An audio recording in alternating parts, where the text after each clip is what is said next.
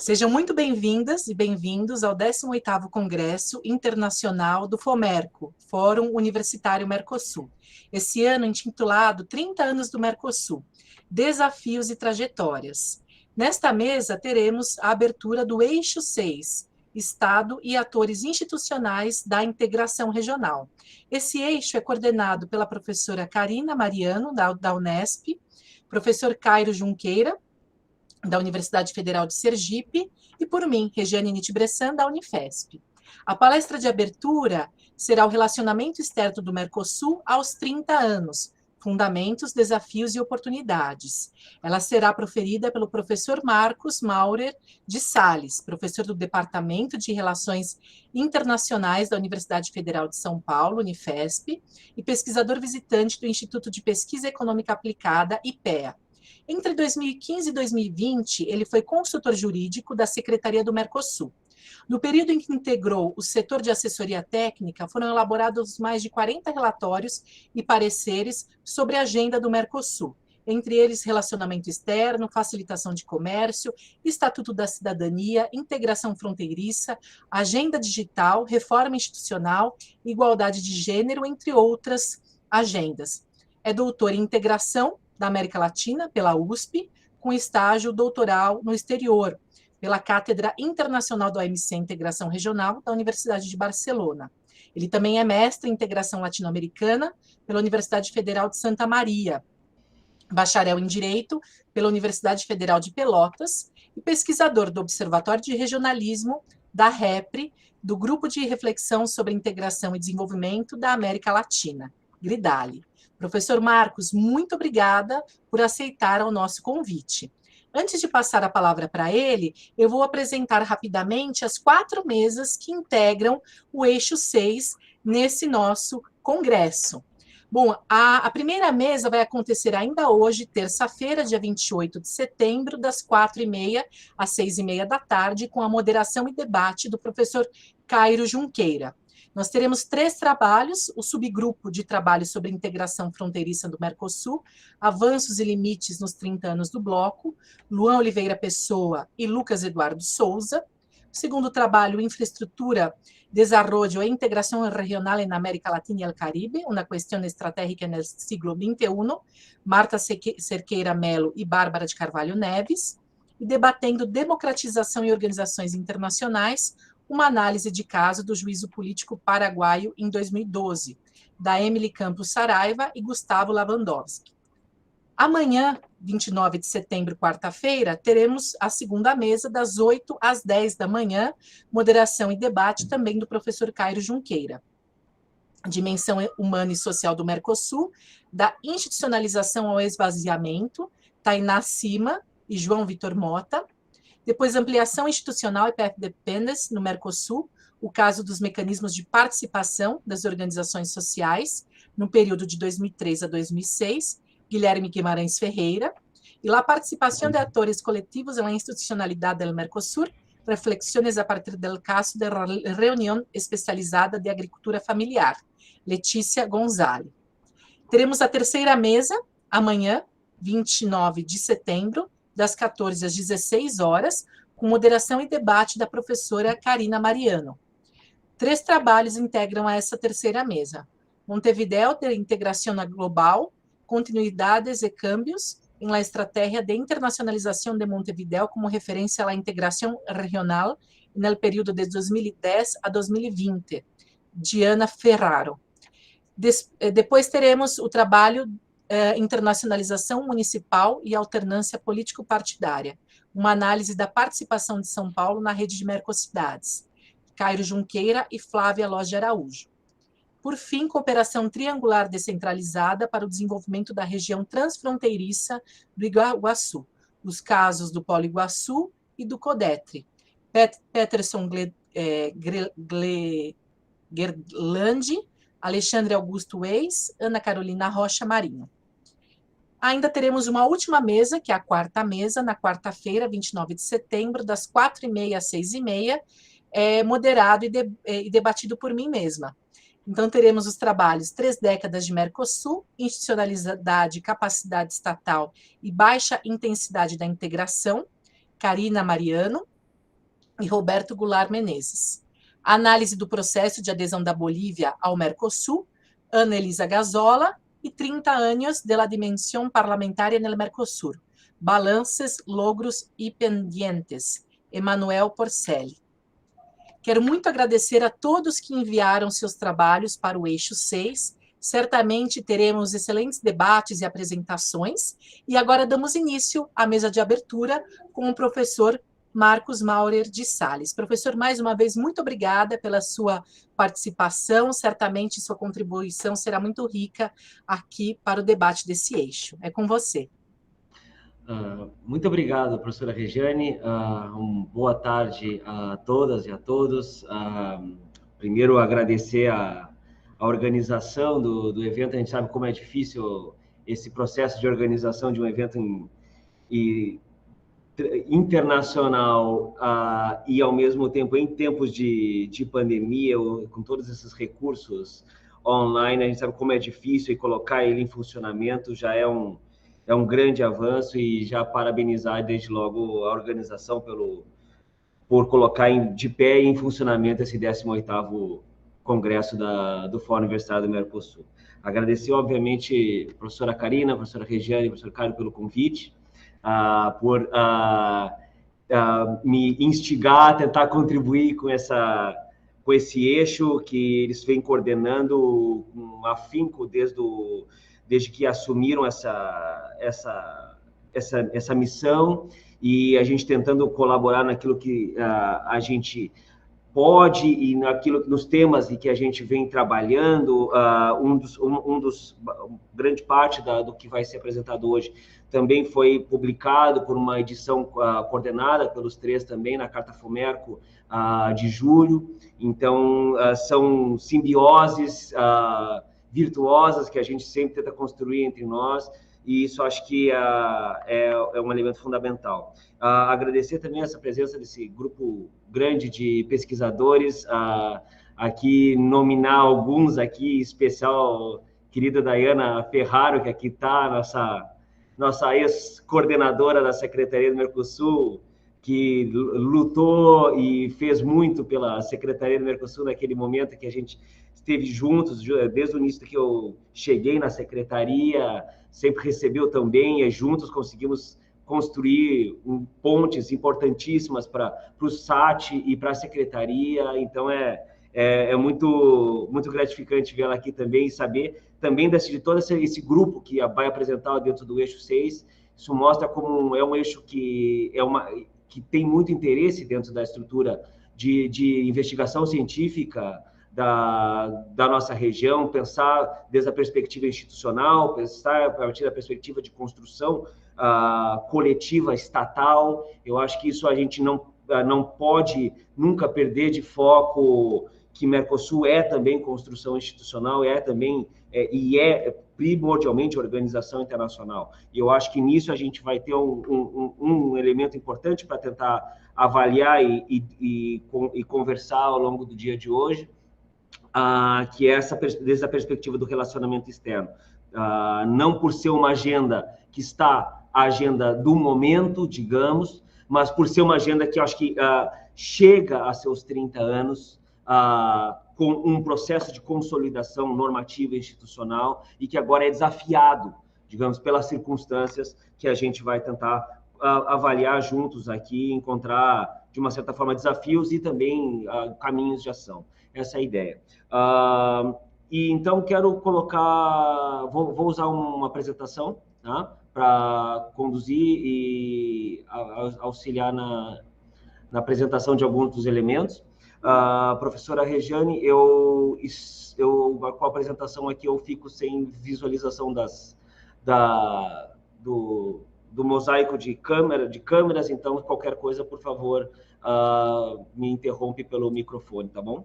Combinado. A ideia, então, a apresentação o PowerPoint está em espanhol, por outras circunstâncias, tá? Mas vou fazer a apresentação em português. A ideia é projetar o relacionamento externo do Mercosul aos 30 anos, pensando a partir, numa primeira parte, a partir dos seus fundamentos, numa segunda, desafios contemporâneos, uma terceira, oportunidades e caminhos de ação que se apresentam e que a gente também um pouco de wishful thinking, que a gente deseja que se apresente a partir de um mundo, nesse mundo pós-pandemia que se avizinha. Pensando, então, a partir dessas três pilares que a gente vai tentar conduzir a fala de hoje. Nessa primeira parte da apresentação, já está publicado em forma de artigo, nesse que eu já havia comentado da Carta FOMERCO, da edição de julho, está disponível para poder acompanhar um pouco aprofundar naquilo que for apresentado nessa primeira parte, que trata justamente do que são os fundamentos jurídicos e institucionais desenvolvidos pelo Mercosul ao longo dos seus 30 anos de história, tanto de integração quanto de projeção internacional. E isso, a gente parte dessa premissa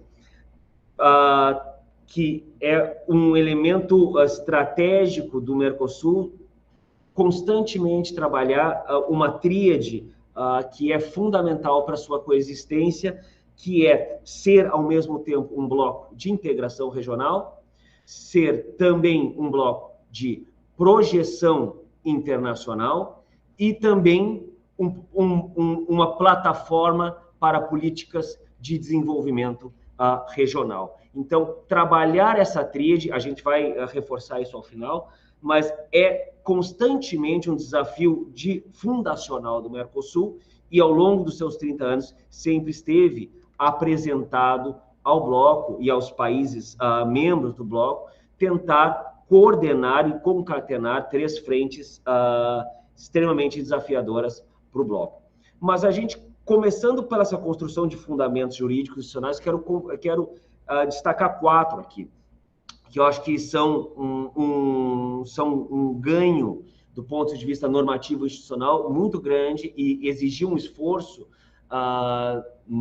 diplomático, negociador e de construção consensual muito grande do Mercosul. E aqui me refiro ao primeiro pilar, que é o princípio da governança institucional conjunta.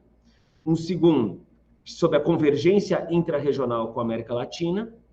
Num terceiro, a ideia de ser um bloco com inserção internacional universalista e que busca representatividade global.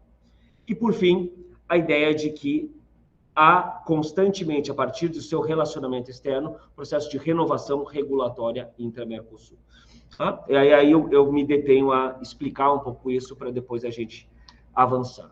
A ideia de governança institucional conjunta ou negociação externa conjunta é um objetivo fundacional do bloco e vem sendo construído ao longo desses 30 anos, desde o Tratado de Assunção e do Protocolo de Ouro Preto.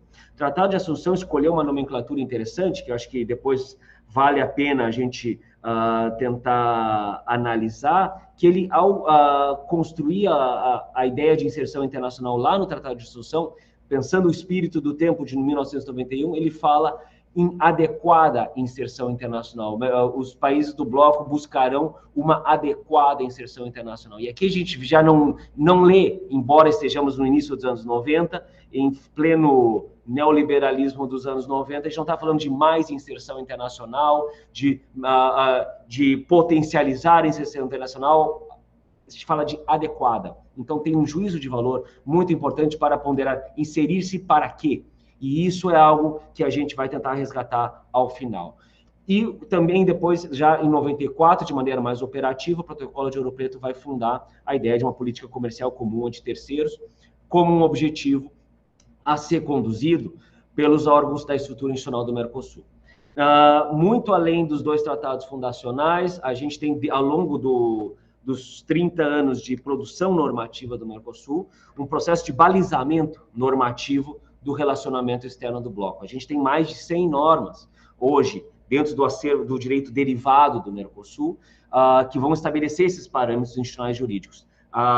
Cotidianamente, a gente ouve falar de uma delas, a decisão 3200, mas ela é uma de um centenar de normas que estabelecem parâmetros, diretrizes, condições, requisitos para poder estabelecer negociações, tanto intra-LAD quanto extra-LAD, quanto por processos de associação, processos de adesão, celebração de acordos, implementação de acordos, um vasto universo que aqui a gente não vai esgotar, mas a gente vai tentar pincelar algumas dessas que são importantes nesse processo de construção do relacionamento externo Mercosul.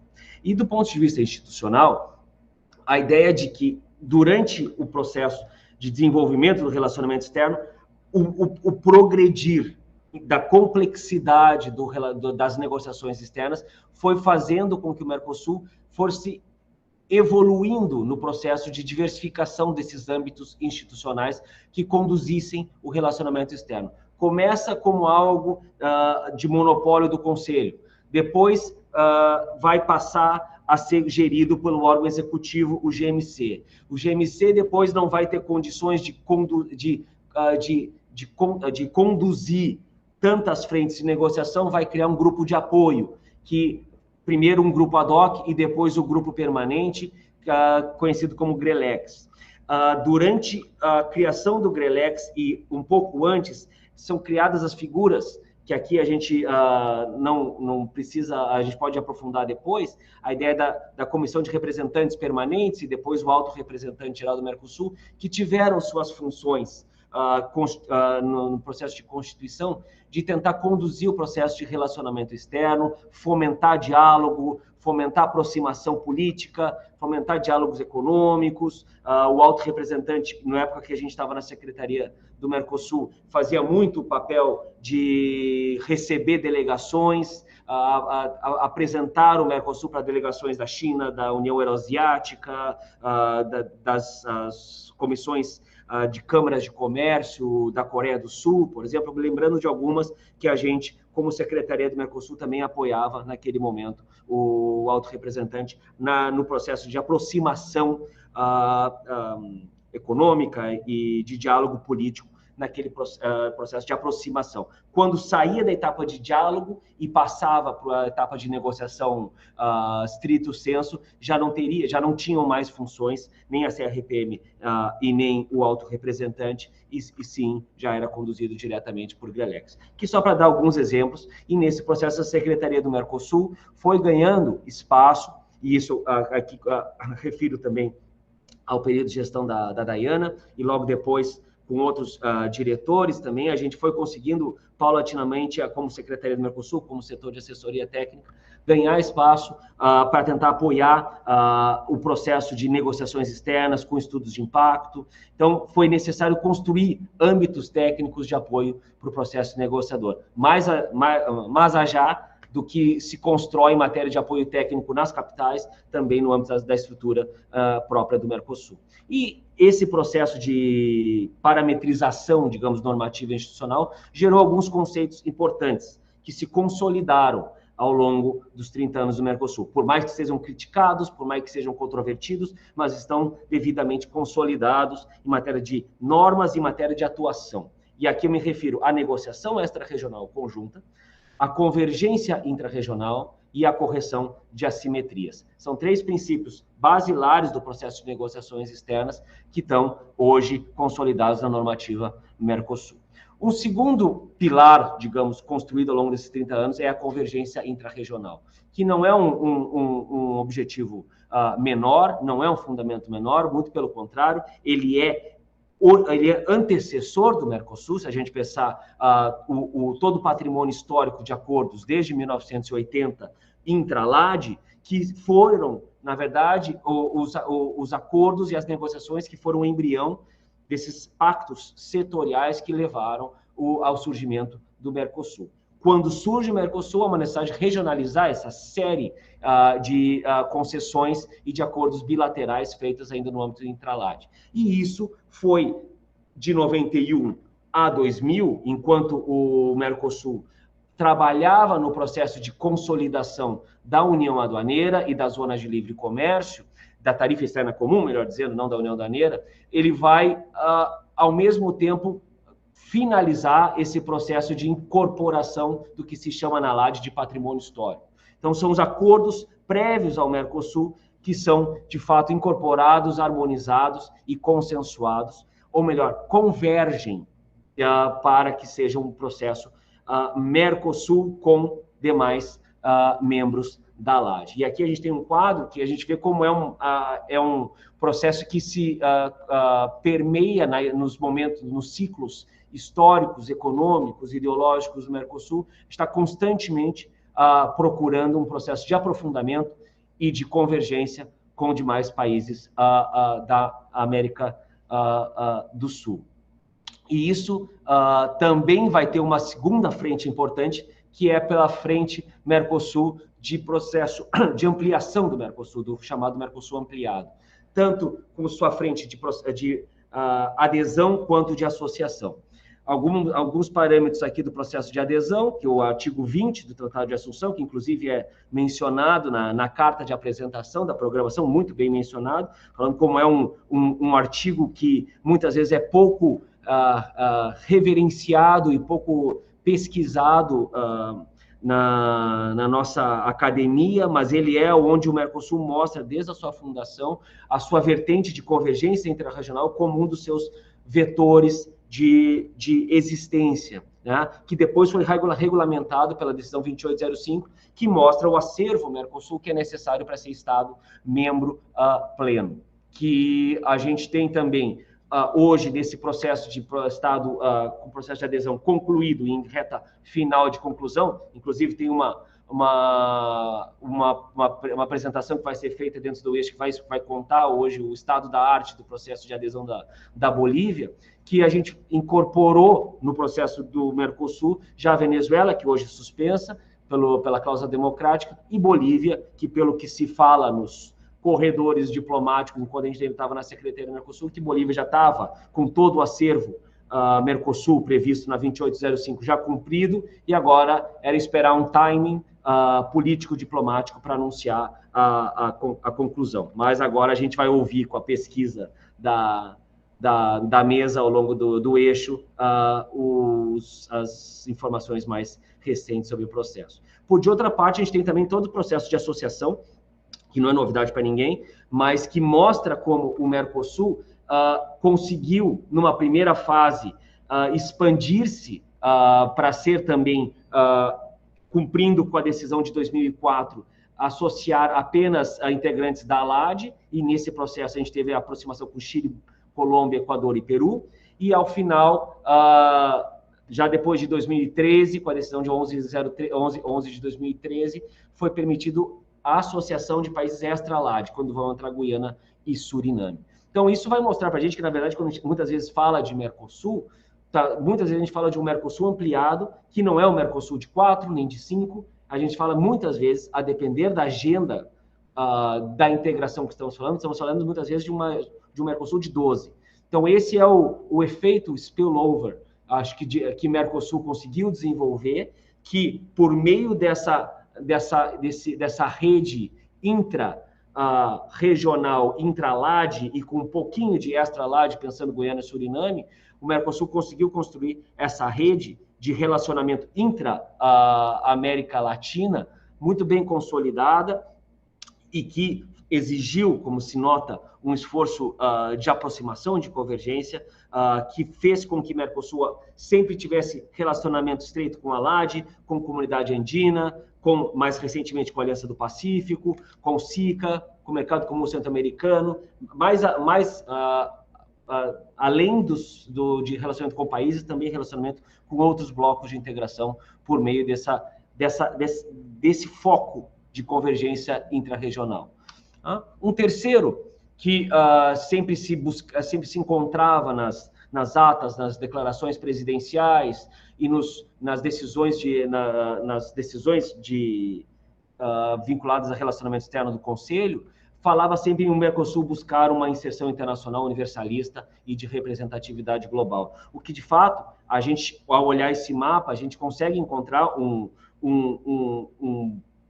mapa de relacionamento externo com mais de 90 países, de todos os continentes, e cada um no seu devido estágio, na sua devida categoria. Aqui a legenda, obviamente, fica pequena na apresentação via StreamYard, mas a gente tem aqui categorias que são de estados-partes, estados de processo de adesão, tem os acordos quadro, tem acordos de complementação econômica, tem acordos preferenciais de comércio, de livre comércio. Então, com cada sócio, o Mercosul vai se aproximando, dialogando e tentando buscar técnicas e modalidades de negociação e capacidades de consenso sócio a sócio, que são um processo extremamente difícil de construir, e isso acho que depois, mais adiante, a gente vai poder refletir um pouco a respeito, que num processo de negociação com o Canadá é completamente diferente de um processo de negociação com o EFTA, que é completamente diferente de um processo de negociação de aproximação com o Chile. São pautas comerciais totalmente distintas, pautas de investimentos totalmente distintas, são acervos e cultura de negociação distintas, o que não é um elemento menor. Acho que quem conviveu com negociadores ou conviveu com cenários de negociação de acordos comerciais sabe como é difícil sentar na mesa com o europeu, com o asiático, com o norte-americano e saber que cada um tem estratégias de negociação, tem formas de estratégias ofensivas e defensivas, e isso para o Mercosul, ao longo da sua história, foi uma aprendizagem para o Mercosul, para os seus negociadores, para os seus departamentos de relacionamento externo de cada chancelaria, sempre foi uma aprendizagem e foi um acumulado histórico que foi sendo construído ao longo dessas décadas. Marcos, tenta novamente colocar a apresentação para a gente, por favor. Deixa eu ver aqui. Interrompo e projeto de novo. Por favor. Vamos ver se agora vai. Voltou? Perfeito, obrigada. Pode continuar. O resultado é um conjunto, hoje, de acordos, de negociações e de diálogo, que se resume rapidamente a 3 pilares aqui que a gente está vendo. O primeiro dos acordos comerciais já concluídos, que também alguns em vigor, e um assinado, que não está em processo de ratificação.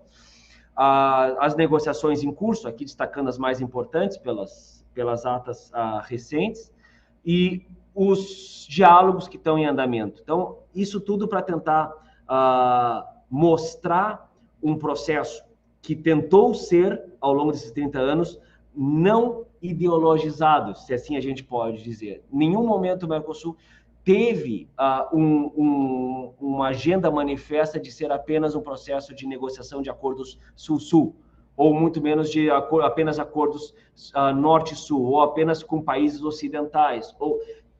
O que a gente vê aqui nessa tela é um bloco que, no seu acumulado histórico, desenvolveu uma amplitude de frentes de negociação e de diálogo e de acordos finalmente celebrados e em vigor, que de nenhuma forma deixa qualquer tipo de vestígio de um bloco que tem algum tipo de preferência ou de sesgo na escolha dos seus sócios, com a ressalva, obviamente, de que negociação com um ou outro tem sempre suas particularidades, que depois a gente pode comentar mais adiante.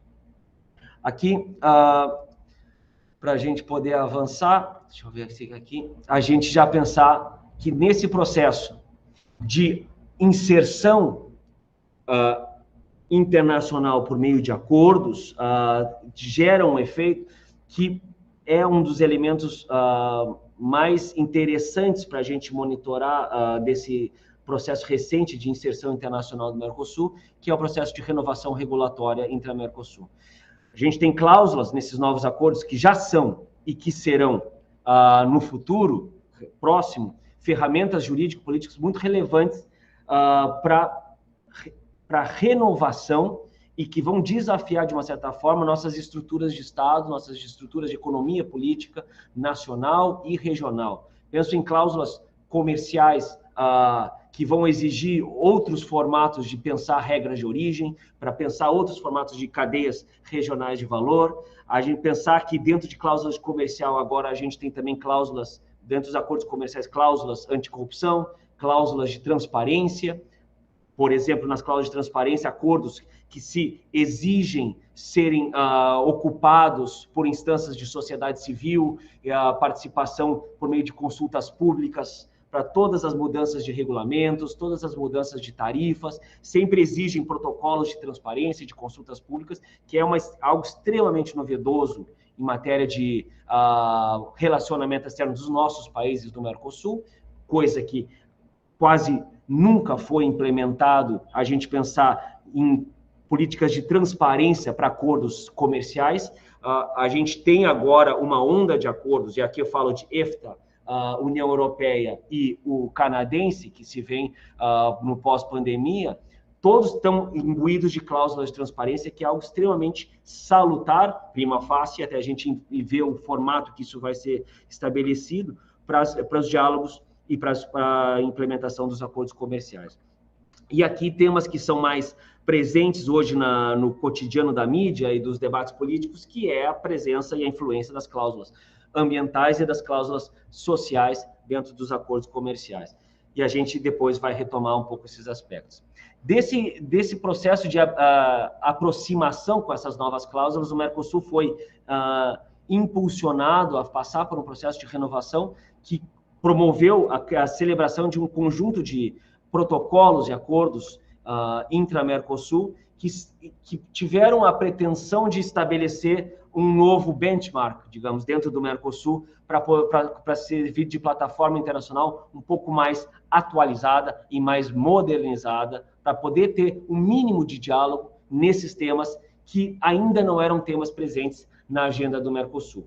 E aqui falo de facilitação de inversões, de investimentos, por uma outra lógica que não é a lógica do período OMC, o protocolo de contratações públicas, que nunca tivemos a abertura de licitações intrabloco, e isso foi algo que surgiu a partir de uma negociação extensa de mais de 2 anos dentro do bloco, para surgir o protocolo de contratações públicas, o acordo de coerência regulatória, que também é um capítulo sempre central dentro de todos os acordos comerciais agora dessa última geração, o acordo de facilitação de comércio, que veio mais no impulso da adesão dos países do Mercosul ao acordo OMC do que dos acordos bilaterais, mas eles também foram importantes nesse processo.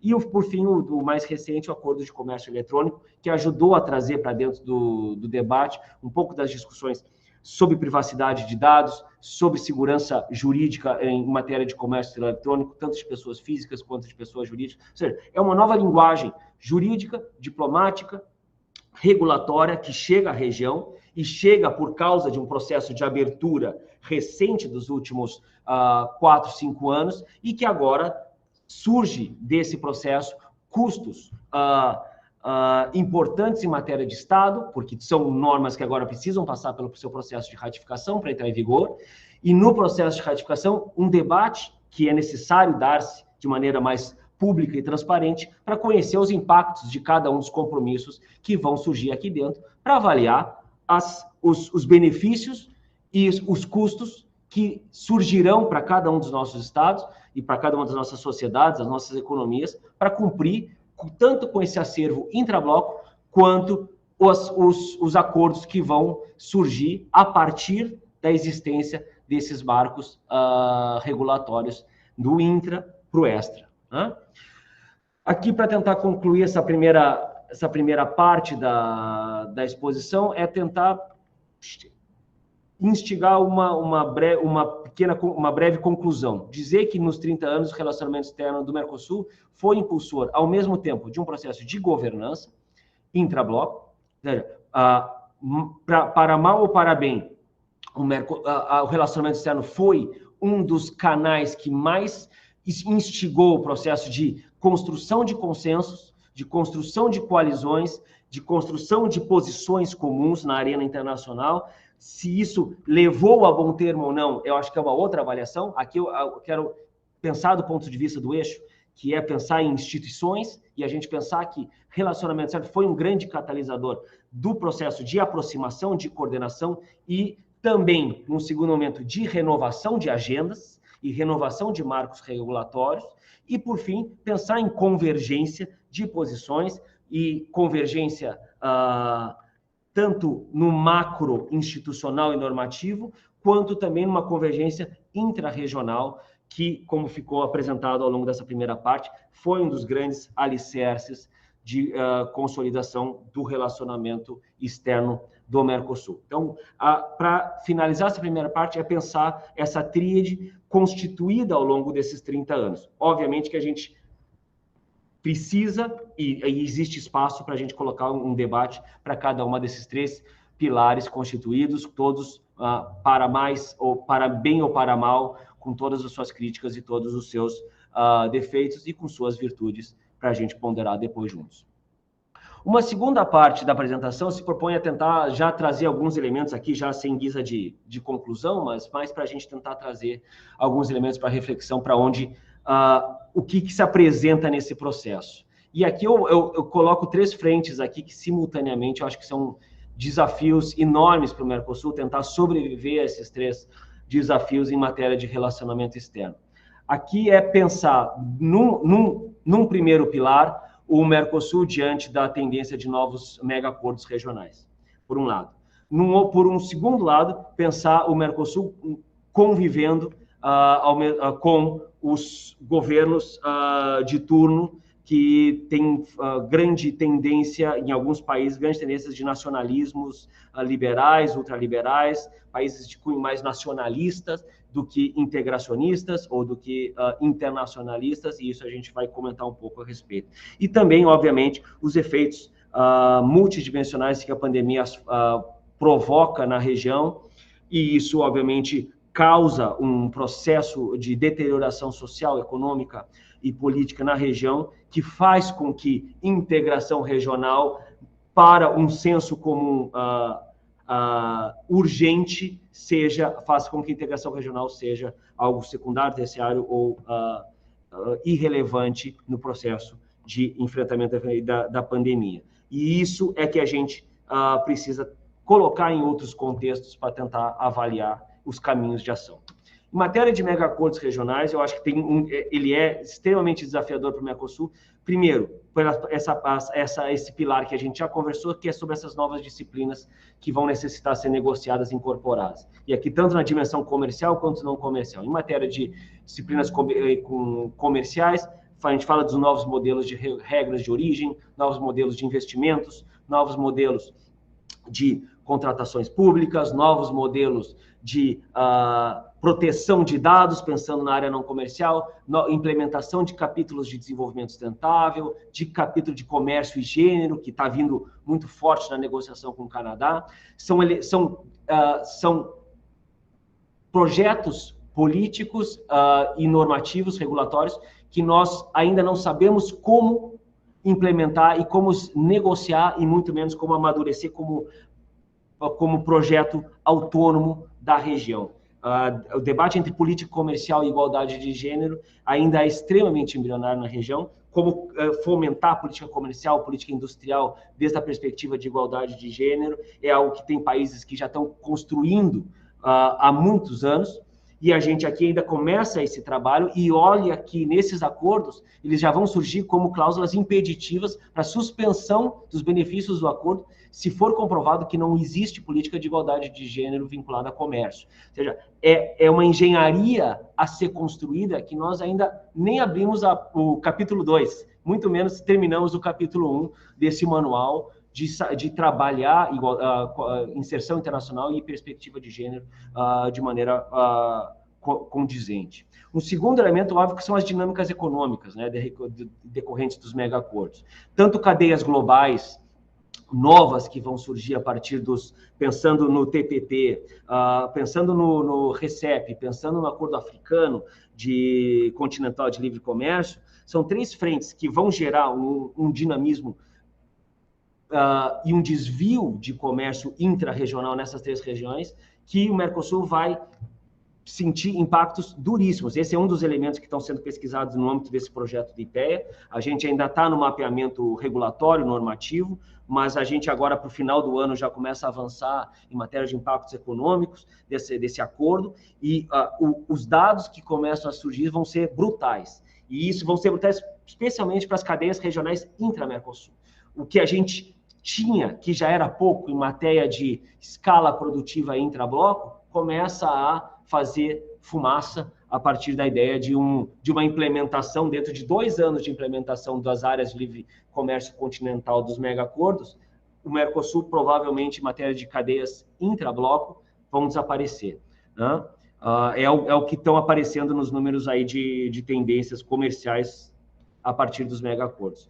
E aqui um terceiro elemento que surge a partir de compreender o fenômeno dos megacordos é saber que a gente vai ter, como Mercosul, que enfrentar a lógica da metodologia negociadora. Não, obviamente, partir para o caminho inverso do que foi construído ao longo dos 30 anos, de flexibilização, de autorizar negociações bilaterais ou ser complacente com negociações unilaterais, como propõe o Uruguai. Eu acho que em matéria disso, eu acho que a gente tem outras técnicas que, conhecendo a forma de negociação desses mega-acordos, tem outros mecanismos, com compromissos, por exemplo, compromissos à la carte. Os estados podem aderir a determinados protocolos, num determinado momento, deixar para revisar esse compromisso dentro de 3 anos, 5 anos, 10 anos. Existem as built-in agendas, que tu assina um pacote mais declaratório e depois, dentro de 2 anos, começa um novo modelo de negociação. Ou seja, são acordos dentro de acordos e são técnicas de negociação que, para permitir tanta assimetria regional e especialmente tanta disparidade quando vai buscar uma negociação de uma região como o Mercosul com algum outro sócio, em que haja esse desequilíbrio e haja essas discrepâncias para construir o consenso, existem uma série de metodologias de negociação que não é ou vai ou racha, ou fecha um acordo de 30 capítulos ou não fecha nenhum. Isso aí já é superado. E isso levou a gente a fechar um tipo de acordo igual o Mercosul, União Europeia, que para ser fechado, foi fechado às escondidas, foi fechado de portas fechadas, confidencialmente. Levou 2 anos para a gente ter acesso a todos os documentos e ainda não temos todos os documentos e todos os anexos. Ou seja, isso já é ultrapassado. Há outros modelos de negociação hoje de acordos comerciais que a nossa região precisa compreender para poder não esticar a corda a ponto de construir esses modelos que vão ser o antagônico proposto pelo Uruguai de tentar partir para negociações unilaterais com a China, que depois a gente pode comentar no debate. Um segundo bloco que eu acho que é importante, que é pensar do ponto de vista dos nacionalismos liberais, das lógicas nacionalistas que não priorizam a integração regional, porque parece que consenso em matéria de governos nacionalistas, e especialmente, não sei, do ponto de vista do seu liberalismo econômico, consenso é fragilidade. Né? Consenso não é fragilidade para a sua postura, para os seus discursos. E isso, obviamente, a gente escuta isso tanto no Uruguai quanto no Brasil. Quando se fala de Mercosul, o Mercosul como no Uruguai se usou a expressão corset, né? O Brasil estava usando a expressão prisão, né? E muitas vezes o ministro Paulo Guedes usava a expressão que o Mercosul não pode ser uma prisão. É por causa da ideia de que consenso é veto. Então, ainda ontem ele falou isso numa outra entrevista. Isso eu acho que é um desafio fundamental que o Mercosul vai ter que tremer e sobreviver esse processo, no processo de tentar essa ojeriza a sentar, a negociar e a buscar consensos. É algo que precisa ser rapidamente superado para poder voltar a ter mesa de negociação. Que, pelo que se conhece hoje dos processos negociadores, nós estamos há 2, 3 anos sem conseguir negociar praticamente nada de substancial em Mercosul, por causa da ideia de que consentir é enfraquecer-se. E isso, a partir da lógica, muito mais presente dentro desses governos de viés nacionalista liberal. Eu acho que outro elemento importante é a ideia de que integração e desenvolvimento não tem nenhum tipo de relação quando a gente fala de países mais neoliberais, ultraliberais. A ideia de quanto mais acordos, melhor, soa como um mantra para países como Brasil e Uruguai, recentemente, e a gente começa a ver que a ideia de pensar a região como plataforma de desenvolvimento na verdade, vai ser sendo considerado como uma carga e não como um processo de desenvolvimento regional. E isso é o que vai colocando, vai minando num discurso de senso comum, vai minando a lógica de integração e vai tentando caminhar para um caminho do solo com aquelas apologias míticas ao que querer implementar o modelo chileno, onde a gente escuta isso vindo de Brasília, vindo de Montevidéu, e a gente, quando vai olhar o modelo chileno, a gente vê que também está em constante desestruturação em matéria de inserção internacional. Um parênteses, eles estão na 9ª tentativa de ratificação da sua adesão ao TPP, que é rechaçado no Congresso Nacional. Ou seja, quando o Executivo finalizou a negociação, o Chile era algo esplendoroso. Quando ele vai tentar colocar isso em debate público no Congresso, na Câmara de Deputados, nos senadores, com participação de sociedade civil, setor empresarial, 9 rechaços ao processo de ratificação. Então, isso é onde a gente começa a partir para esse terceiro pilar, que é a ideia de que, para relacionamento externo, é fundamental o processo de transparência e o processo de mínimo de democratização em matéria de participação social, tanto social quanto do setor privado. Tá? Porque, caso contrário, esse enorme esforço de anos e décadas de negociação desses acordos não passam pelas nossas casas legislativas e todo o esforço é jogado fora se caso houvesse algum tipo de participação e algumas outras metodologias de técnica de negociação de acordo, poderia se avançar em modelos de acordos que fossem benéficos, tanto para projeto político, quanto para projeto econômico, quanto para desenvolvimento social. E isso a gente vai encerrar na próxima parte. Eu quero, por fim, colocar um pouco dos efeitos multidimensionais aqui para a gente ter já um cenário para indicar para a nossa conclusão. Obviamente, em matéria de efeitos multidimensionais, a gente vai falar aqui só de pinceladas, a partir de impactos sociais humanos, uma região que não só o Brasil, mas o Brasil em grande parte, mas a gente, os próprios dados aqui nessa carta, eu me atualizei agora pela carta de apresentação da programação, que a gente já chegou a 1 milhão de mortes em matéria, só na América Latina, para a partir da pandemia. Os dados de fome e de pobreza extrema e de segurança alimentar na região estão em total desestruturação. Impactos econômicos de desemprego, câmbio e desindustrialização, né? Que tanto pelo efeito, aqui o efeito pandemia, mas também a recuperação chinesa durante a pandemia vai gerando também efeitos importantes desse processo econômico. E a gente vai colocar o efeito chinês, digamos, dentro da bola de neve da pandemia, pensando também no que significa o custo do Uruguai tentar mover-se em direção à China, em direção à Ásia, para poder sanar sua crise interna por meio da China. Que paradoxal pode ser isso, pensando no que a gente está vendo no Brasil, a partir do nosso quarto pilar aqui, o impacto ambiental, em termos de um país que, depois de quase 10 anos com investimentos maciços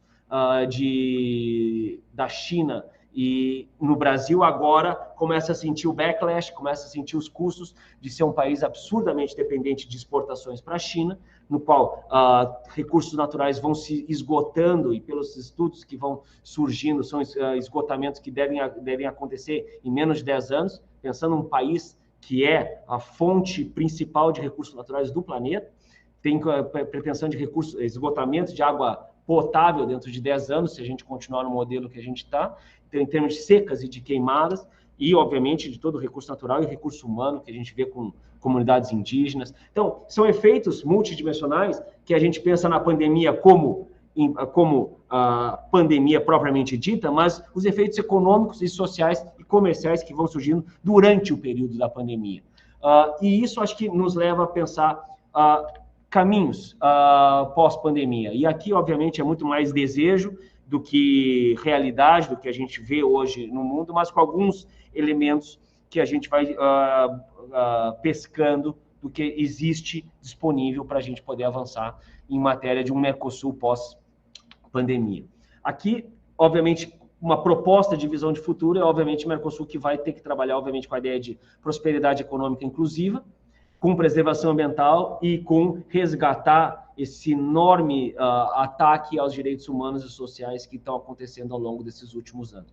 Então, que esses três pilares consigam avançar nos países do bloco, eu acho que é imperativo para qualquer um deles, seja juntos, seja separados. Né? A ideia da preservação ambiental não é um problema só para o Brasil. O Paraguai, a gente estava conversando sobre isso numa outra mesa 2 semanas atrás, o que está acontecendo com o charco paraguaio para poder avançar em termos de cultivo de soja é impressionante. O charco é riqueza do aquífero Guarani, que nós estamos simplesmente liquidando em troca de soja. Né?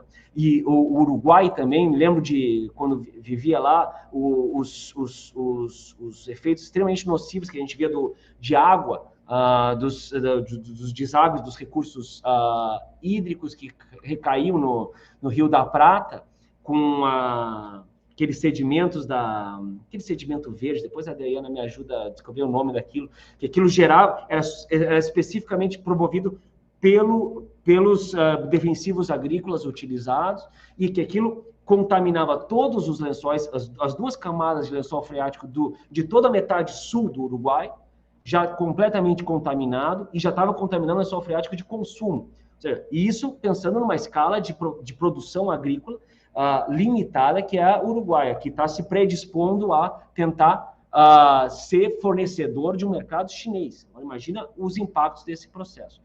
E, por fim, obviamente, como efeito rebote a isso, tentar pensar desenvolvimento sustentável como uma agenda multinível, no qual todos os países do Mercosul já estão envolvidos, tanto em matéria de agenda multilateral, seja por meio da ONU, seja por meio de todas as agências de financiamento, a Banco Mundial, a OCDE, a FMI, estão com todas as suas carteiras de investimentos disponíveis para países que estão fazendo política de recuperação pós-pandemia, desde que esteja ancorado em princípios da Agenda 2030. Então, trabalhar dentro da lógica da Agenda 2030 vai ser fundamental para os próximos 10, 20 anos. Eu acho que para os próximos 5 anos, se a gente quer fazer recuperação com financiamento multilateral, isso vai ser fundamental para os países fazerem, trabalhando com a perspectiva de desenvolvimento sustentável. A agenda dos acordos comerciais também está trazendo isso. A gente ouviu esse debate no evento da EULAC, que o ODR participou da organização, e a gente tem acompanhado todo o debate a partir da discussão do acordo Mercosul-União Europeia. Se nós não soubermos trabalhar um novo modelo de desenvolvimento sustentável, nós não vamos conseguir usufruir dos benefícios de nenhum desses acordos comerciais. E isso vale para o Brasil, vale para o Uruguai, vale para o Paraguai. Basta fechar o acordo, que obviamente vão começar a aparecer as feridas de um país e de países de uma região que não sabe implementar um modelo de desenvolvimento sustentável e inclusivo. E em matéria de agenda regional, a gente percebe que a gente já tem iniciativas. Acho que esse foi o último estudo que eu tive envolvido na Secretaria do Mercosul, junto com a equipe do SAC, antes de sair, que era uma provocação, um pedido da presidência para tempo do Uruguai ainda, acho que 2019, de tentar criar um fórum de altas autoridades em matéria de desenvolvimento sustentável do Mercosul. E para isso tinham pedido para a gente fazer um estudo sobre o estado da arte, digamos, da Agenda 2030 dentro da estrutura do Mercosul. E nós descobrimos ali que a gente já tinha mais de 10, acho que eram 10 objetivos de desenvolvimento sustentável, dos 17 já estavam em discussão e já estavam gerando políticas públicas regionais dentro do Mercosul. E isso fazia 4 anos que tinha surgido a Agenda 2030. Então, a gente teve rapidamente um processo de incorporação da Agenda 2030 como agenda regional. E seja para monitoramento de indicadores, seja para políticas públicas regionais, isso já estava consolidado antes da chegada da pandemia. Então, resgatar a partir daí, no pós-pandemia, já existe um embrião de Agenda 2030 nível Mercosul para ser trabalhado. Por fim, aqui a ideia da democratização das agendas de relacionamento externo, que a gente já comentou.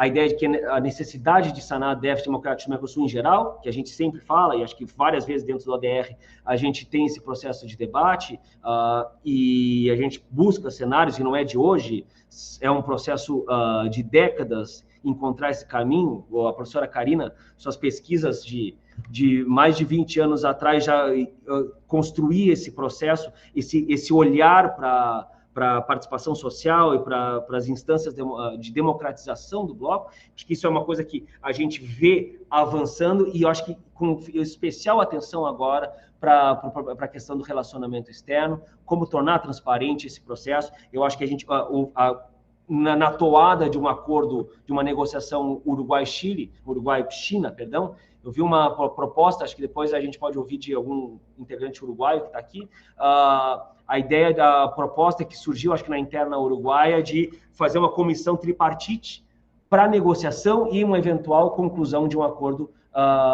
China-Uruguai. Como fazer, pela primeira vez na região, um processo de negociação de acordo comercial no qual estejam participando na mesa governo, setor privado e setor social. Isso seria um modelo de negociação extremamente avançado, extremamente transparente e, obviamente, extremamente complexo para concluir. Por isso mesmo que nunca se constrói dessa forma, não se negocia dessa forma.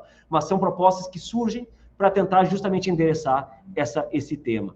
E, por fim, que eu já havia adiantado, a ideia de que, para o Mercosul, historicamente, sempre foi um desafio manter esses 3 pilares estratégicos de pé e em consonância, que é a ideia de ser, ao mesmo tempo, um bloco de integração regional, ser também uma plataforma de inserção internacional e ser também esse espaço para a criação de política de desenvolvimento regional. Acho que sem coordenar essas 3 patas do Mercosul, e o Mercosul, obviamente, sempre vai ficar com uma pata débil, e isso vai fazer com que ele sempre tende para seja para a sua avaliação de benefícios em matéria de integração, seja para avaliar a sua dinâmica de inserção internacional, ou seja, para avaliar seu processo de desenvolvimento regional para além das nossas fronteiras nacionais, que é, eu acho que um dos carros-chefe de área de concentração de pesquisa do FOMERCO desde a sua fundação. Me lembro que a primeira participação no FOMERCO foi em 2003, um debate na Universidade Estadual do Maringá, que eles foram sede da terceira edição, e me lembro tanto de ouvir discutir. Eu estava começando a pesquisa de mestrado, ainda sobre relação entre Mercosul e OMC, de como os acordos multilaterais repercutiam no Mercosul e como o Mercosul cumpria com eles, da ótica da legalidade, e eu já ouvia, desde então, a discussão sobre transversalizar a lógica de desenvolvimento. E isso que a gente estava saindo daquele processo cambial, daquela crise cambial violenta que havia atingido o Brasil e a Argentina em especial, e o Uruguai também. Então, como costurar esses 3 pilares é, obviamente, o desafio existencial de Mercosul, mas não existe caminho sem relacionamento externo. Isso acho que já está sacramentado, e o relacionamento externo teve um grande papel, e tem um grande papel, e certamente terá um grande papel na consolidação de novos 30 anos de Mercosul, seja reposicionando algum desses parâmetros, e aqui a gente não vai ter nenhum tipo de problemas, eu acho que em matéria de bloco, repensar metodologias de negociação de relacionamento externo. Ao contrário, é aprendizagem, é conhecer o processo, mas tem que estar, obviamente, fundado nas lógicas de consenso, de prioridade, dos modelos de desenvolvimento e, obviamente, passar pela lógica de integração. É o caminho que não é um caminho secundário, é um dos 3 primordiais para a existência do Mercosul. Rejane, sei que me passei do tempo e me passei nos argumentos, mas a ideia era tentar fomentar. Sei que deixei mais perguntas, mas estou à disposição para a gente começar esse diálogo. Eu quero, então, mais uma vez, agradecê-lo pela palestra, muito instigante, que trouxe muitas reflexões para nós, agradecer aqui a sua participação, agradecer também aos organizadores desta mesa, do Eixo 6, que trabalharam bastante na organização das sessões, e aos organizadores do 18º Congresso do FOMERCO. Agora,